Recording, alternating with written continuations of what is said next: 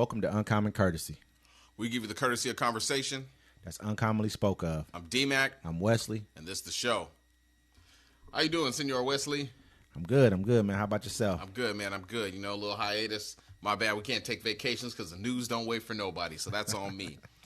Today in breaking news, Biden unveils his proposal to reform the Supreme Court. President Biden on Monday unveiled three proposals aimed at reforming the United States Supreme Court to combat what he called increased threat to Americans' democratic institution, aimed to restoring trust and accountability to the court and our democracy. One, the No One is Above the Law Amendment. In an op-ed for the Washington Post outlining his proposal, Biden said he is postponing a constitutional amendment that would make clear that there is no immunity for crime a former president committed while in office. I share our founders' belief that the president's power is limited, not absolute, Biden said. We are a nation of laws, not of kings or dictators. Number two is term limits for justices. We have had term limits for presidents for nearly 75 years, Biden argued. We should have the same for Supreme Court justices. Under the president's proposal, a president would appoint a justice every 2 years to spend 18 years in active service of the Supreme Court. So that's also expanding the Supreme Court. Yep. Yeah, every 2 years, which is actually pretty good. You know what I'm saying? Get some fresh blood in there. Number three is a code of conduct. Currently, all federal judges in the United States are bound by an enforceable code of conduct. But for those on the Supreme Court, the ethics code is voluntary and self-enforced. The proposal follows the revelations of the Justin Clarence Thomas and his wife received hundreds of thousands of dollars in tuition and secret consulting fees from conservative billionaires and conservative judicial activists. Having a binding ethic code for the Supreme Court, Biden said, is common sense. Yeah, I think so too. It's been when you let the minority of your country rule the majority, that's a problem. I don't care about they come out and they keep saying like Democrats don't like it when things don't go their way. Well, Obama was supposed to be able to elect a Supreme Court justice in his last year because I think Mitch McConnell took it away from him. Scalia died. Yeah. You know what I mean? He was a Republican appointee. He was a Republican Supreme Court justice. He died. Obama had the time. He should have been able to elect. He could have pushed it through, really pushed him on getting it done. But I think he thought that Hillary Clinton was going to be president. Lo and behold, she didn't become president. And but see, then the same thing happened. What's her name? The one lady, Ruth Bader Ginsburg. Yeah, she died.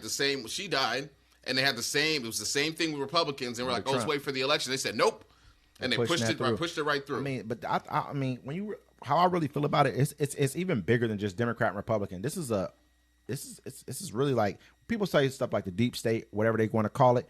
But this is how I feel about it. This is this keeps Western rule in place for the next 40 years. When you have three Supreme Court justices that you just appointed who are all 50 and under, they're going to die in office. I think one of them was like 40 something. That the Comey, I think she was in her 40s with no experience at all.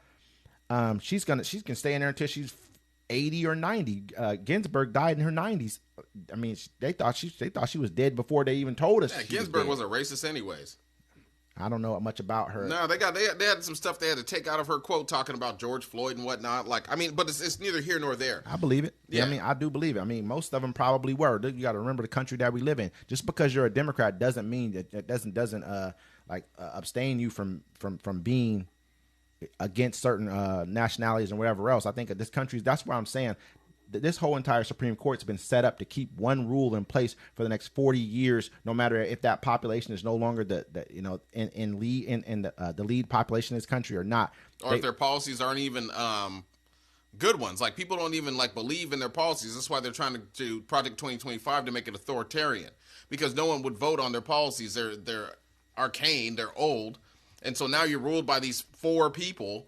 Six of them that are just going to be able to tell you what to do. 9 total, but they got 6 at 6-3. Yeah. When it was 5-4, even them being in the lead, it was 5-4.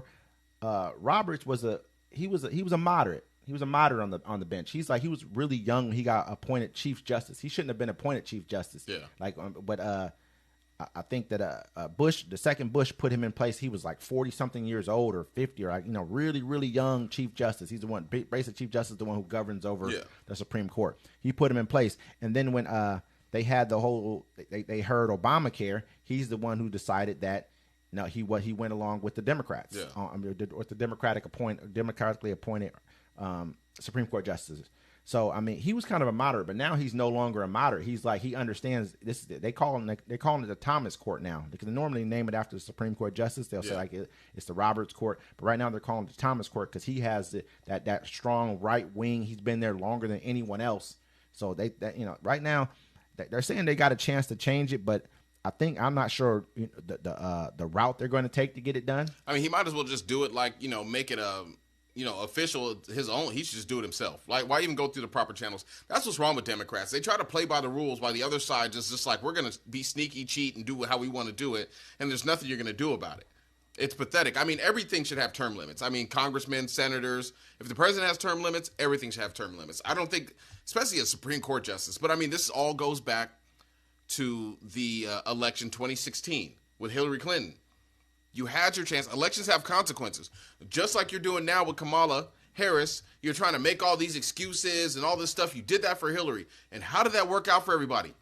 Yeah, what they're saying. It didn't work out for a lot of us. Yeah, what they're saying, ultimately, the electoral scenario that reform advocates need is a Democratic trifecta in the fall. Control of the White House and both houses of Congress. So they really have to win both houses of Congress to even get these reforms through that he's talking about. Yeah. He's just pretty much putting out, hey, this is what I want to do, but he can't enact that without actual legislation. But that'll show you, that'll make Republicans look bad because they're going to fight it. They'll be like, no, we don't want to do that. They don't care. It's cool, but it's an election year. You better care. I don't think their people care. This is the part. This is no longer Republican party. I know we say Republican. Yeah. This is the party of MAGA. And you think any of them care about him having immunity? They want him to have immunity from everything. They want to give police immunity.